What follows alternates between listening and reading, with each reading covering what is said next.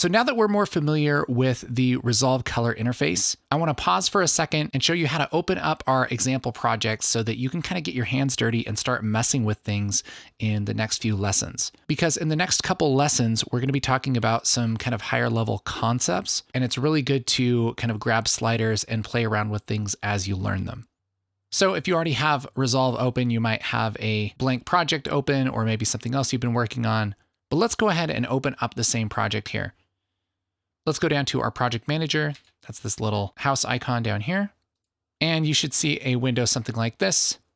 If you've been working in Resolve, you probably have your other projects here, but you can right click anywhere in the blank space and select Restore Project Archive.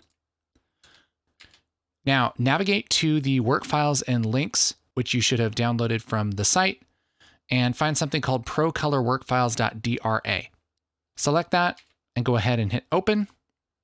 You can also double click the DRA in the Finder or Explorer to just open it up here in Resolve, but that should load up our project here. We can double click on it and it should open up. If we go over to the media pool, we see we have two major projects here. We have Smoked Cheesecake and Tuesday on Earth. And each folder is going to have two timelines. One of them is start and the other one is Casey's grade. Casey's grade will be the finished product of what we make here during the training. Of course, I'm recording this and I don't have a time machine, so it isn't there yet. But the start timeline should be all ungraded clips.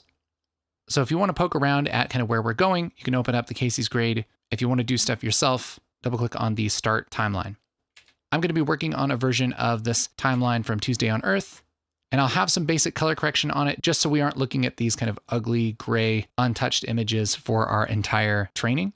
But the big key here is don't be nervous. Don't be afraid to grab a slider and drag it back and forth, move things around and break stuff, because you can really only mess something up so much, and you can always just right click here in the node graph and say reset all grades and nodes for whatever shot you're on.